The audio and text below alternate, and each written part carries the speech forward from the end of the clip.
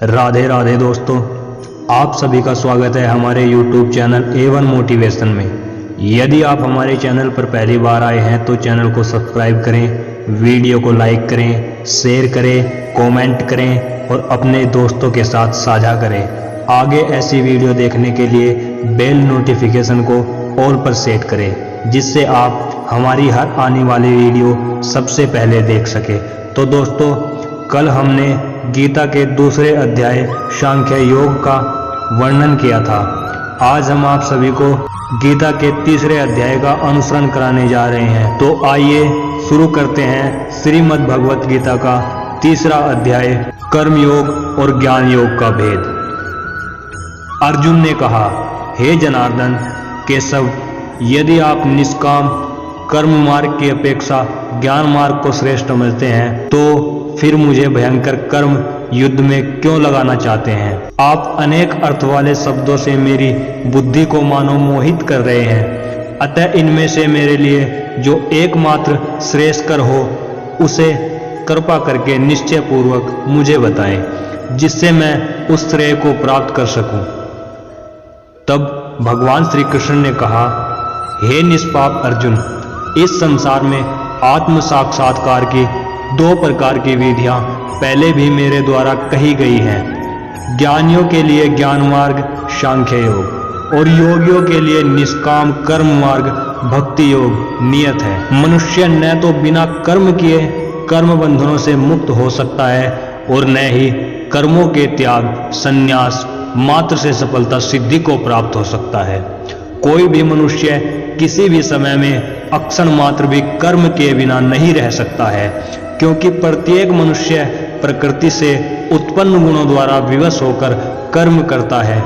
जो मनुष्य कर्म इंद्रियों को वश में तो करता है, किंतु मन से इंद्रियों के विषयों का चिंतन करता रहता है, ऐसा मूर्ख जीव मिथ्याचारी कहलाता है। हे अर्जुन, जो मनुष्य मन के द्वारा इंद्रियों को वश में करने का प्रयत्न करता है और बिना किसी आसक्ति के कर्म योग निष्काम कर्म योग का आचरण करता है, वही सभी मनुष्यों में अति उत्तम मनुष्य है। हे अर्जुन, तू अपना नियत कर्तव्य कर्म कर, क्योंकि कर्म न करने की अपेक्षा कर्म करना श्रेष्ठ है। कर्म न करने से तो तेरी यह जीवन यात्रा भी सफल नहीं हो सकती है। यज्ञ की प्रक्रिया ही कर्म है। इस यज्ञ की प्रक्रिया के अतिरिक्त जो भी किया जाता है उससे जन्म मृत्यु रूपी बंधन उत्पन्न होता है। अतः हे कुंती पुत्र, उस यज्ञ की पूर्ति के लिए संग दोष से मुक्त रहकर भली भांति कर्म का आचरण कर। सृष्टि के प्रारंभ में प्रजापति ब्रह्मा ने यज्ञ सहित देवताओं और मनुष्यों को रचकर उनसे कहा कि तुम लोग इस यज्ञ द्वारा सुख समृद्धि को प्राप्त करो, और यह यज्ञ तुम लोगों की इष्ट परमात्मा संबंधित कामना की पूर्ति करेगा। इस यज्ञ द्वारा देवताओं की उन्नति करो और वे देवता तुम लोगों की उन्नति करेंगे। इस तरह एक दूसरे की उन्नति करते हुए तुम लोग परम कल्याण परमात्मा को प्राप्त हो जाओगे। यज्ञ द्वारा उन्नति को प्राप्त देवता तुम लोगों की सभी आवश्यकताओं की पूर्ति करेंगे, किंतु जो मनुष्य देवताओं द्वारा दिए हुए सुख भोगों को उनको दिए बिना ही स्वयं भोगता है, उसे निश्चित रूप से चोर समझना चाहिए। यज्ञ से बचे हुए अन्न को खाने वाले भक्त सब पापों से मुक्त हो जाते हैं, किंतु अन्य लोग जो अपने इंद्रिय सुख के लिए ही भोजन पकाते हैं वे तो पाप ही खाते हैं। सभी प्राणी अन्न से उत्पन्न होते हैं। अन्न की उत्पत्ति वर्षा से होती है, वर्षा की उत्पत्ति यज्ञ संपन्न करने से होती है, और यज्ञ की उत्पत्ति नियत कर्म वेद की आज्ञा अनुसार कर्म के करने से होती है। नियत कर्मों का विधान वेद में निहित है, और वेद को शब्द रूप से अविनाशी परमात्मा से साक्षात उत्पन्न समझना चाहिए। इसलिए सर्वव्यापी परमात्मा ब्रह्म रूप में यज्ञ में सदा स्थित रहता है। हे प्रथापुत्र, जो मनुष्य जीवन में इस प्रकार वेदों द्वारा स्थापित यज्ञ चक्र नियत कर्म का अनुसरण नहीं करता है, वह निश्चय ही पाप में जीवन व्यतीत करता है। ऐसा मनुष्य इंद्रियों की तुष्टि के लिए व्यर्थ ही जीता है। परंतु जो मनुष्य आत्मा में ही आनंद प्राप्त कर लेता है तथा वह अपनी आत्मा में ही पूर्ण संतुष्ट रहता है, उसके लिए कोई नियत कर्म कर्तव्य शेष नहीं रहता। उस महापुरुष के लिए इस संसार में न तो कर्तव्य कर्म करने की आवश्यकता रह जाती है और न ही कर्म को न करने का कोई कारण ही रहता है, तथा उसे समस्त प्राणियों में से किसी पर निर्भर रहने की आवश्यकता नहीं रहती है। अतः कर्म फल में आसक्त हुए बिना मनुष्य को अपना कर्तव्य समझकर कर्म करते रहना चाहिए, क्योंकि अनासक्त भाव से निरंतर कर्तव्य कर्म करने से मनुष्य को एक दिन परमात्मा की प्राप्ति हो जाती है।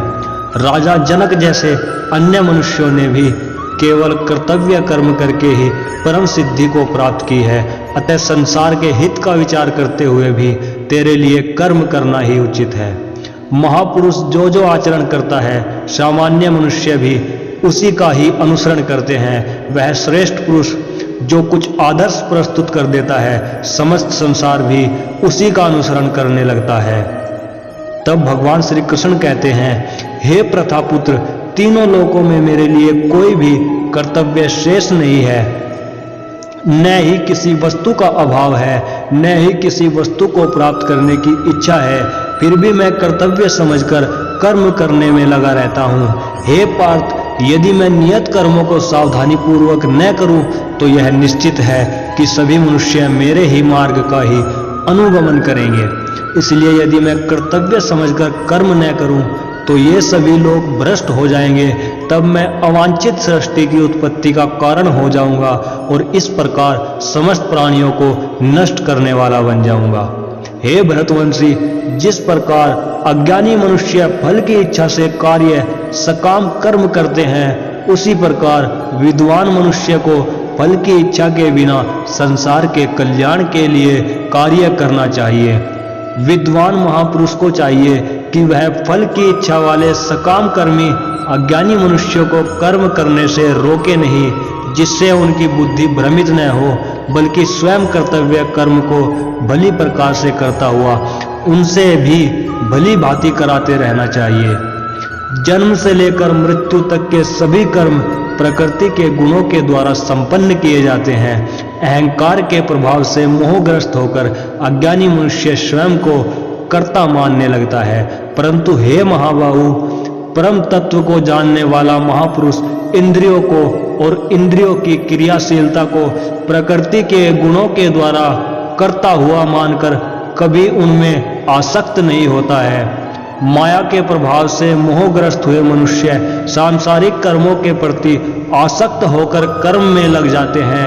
अतः पूर्ण ज्ञानी मनुष्य को चाहिए कि वह उन मंदबुद्धि सकाम कर्मी वालों को विचलित न करे। अतः हे अर्जुन, अपने सभी प्रकार के कर्तव्य कर्मों को मुझ में समर्पित करके पूर्ण आत्मज्ञान से युक्त होकर आशा, ममता और संताप का पूर्ण रूप से त्याग करके युद्ध कर। जो मनुष्य मेरे इन आदेशों का ईर्ष्या रहित होकर श्रद्धा पूर्वक अपना कर्तव्य समझकर नियमित रूप से पालन करते हैं, वे सभी कर्म फलों के बंधन से मुक्त हो जाते हैं। परंतु जो मनुष्य ईर्ष्यावश इन आदेशों का नियमित रूप से पालन नहीं करते हैं, उन्हें सभी प्रकार के ज्ञान में पूर्ण रूप से भ्रमित और सब ओर से नष्ट भ्रष्ट हुआ ही समझना चाहिए। सभी मनुष्य प्रकृति के गुणों के अधीन होकर ही कार्य करते हैं। यद्यपि तत्वदर्शी ज्ञानी भी प्रकृति के गुणों के अनुसार ही कार्य करता दिखाई देता है, तो फिर इसमें कोई किसी का निराकरण क्या कर सकता है। सभी इंद्रियां और इंद्रियों के विषयों के प्रति आसक्ति, राग और विरक्ति, द्वेष नियमों के अधीन स्थित होती है। मनुष्य को इनके अधीन नहीं होना चाहिए, क्योंकि दोनों ही आत्म साक्षात्कार के पथ में अवरोध उत्पन्न करने वाले हैं। दूसरों के कर्तव्य धर्म को भली भांति अनुसरण नकल करने की अपेक्षा अपना कर्तव्य पालन स्वधर्म को दोषपूर्ण ढंग से करना भी अधिक कल्याणकारी होता है। दूसरे के कर्तव्य का अनुसरण करने से भय उत्पन्न होता है। अपने कर्तव्य का पालन करते हुए मरना भी श्रेयस्कर होता है। अर्जुन ने कहा, हे वृषणिवंशी मनुष्य, न चाहते हुए भी किसकी प्रेरणा से पाप कर्म करता है, यद्यपि ऐसा लगता है कि उसे बलपूर्वक पाप कर्म के लिए प्रेरित किया जा रहा है। श्री भगवान ने कहा, इसका कारण रजोगुण से उत्पन्न होने वाला काम, विषय वासना और क्रोध बड़े पापी हैं। तू इन्हें ही संसार में अग्नि के समान कभी न तृप्त होने वाले महान शत्रु समझ। जिस प्रकार धुएं से अग्नि और धूल से दर्पण ढक जाता है तथा जिस प्रकार गर्भाशय से गर्भ ढका रहता है, उसी प्रकार कामनाओं से ज्ञान ढका रहता है। हे कुंती पुत्र, इस प्रकार शुद्ध चेतन स्वरूप जीवात्मा का ज्ञान कामना रूपी नित्य शत्रु द्वारा ढका रहता है, जो कभी भी तुष्ट न होने वाली अग्नि की तरह जलता रहता है। इंद्रिया, मन और बुद्धि कामनाओं के निवास स्थान होते हैं। इनके द्वारा कामनाएं ज्ञान को आच्छादित करके जीवात्मा को मोहग्रस्त कर देती है। अतः हे भरतवंशियों में श्रेष्ठ, तू प्रारंभ में ही इंद्रियों को वश में करके और आत्मज्ञान और आत्म साक्षात्कार में बाधा उत्पन्न करने वाली इन महान पापी कामनाओं का ही बलपूर्वक समाप्त कर। हे अर्जुन, इस जड़ पदार्थ की अपेक्षा इंद्रियां श्रेष्ठ है, इंद्रियों की अपेक्षा मन श्रेष्ठ है, मन की अपेक्षा बुद्धि श्रेष्ठ है, और जो बुद्धि से भी श्रेष्ठ है तो वही सर्वश्रेष्ठ शुद्ध स्वरूप आत्मा है। इस प्रकार हे महाबाहु अर्जुन, स्वयं को मन और बुद्धि से श्रेष्ठ आत्मा रूप समझकर बुद्धि के द्वारा मन को स्थिर करके तू कामनाओं रूपी दुर्जय शत्रुओं को मार। इस प्रकार उपनिषद, ब्रह्म विद्या तथा योग शास्त्र रूप श्रीमद् भागवत गीता के श्री कृष्ण अर्जुन संवाद में कर्मयोग नाम का 3रा अध्याय संपूर्ण हुआ। तो बोलो राधे राधे। और दोस्तों, यदि आप हमारे चैनल पर पहली बार आए हैं और आपने वीडियो अंत तक देखा है तो हमारे चैनल को सब्सक्राइब करें, वीडियो को लाइक करें, शेयर करें, कमेंट करें और बेल नोटिफिकेशन को ऑल पर सेट करें। धन्यवाद। राधे राधे।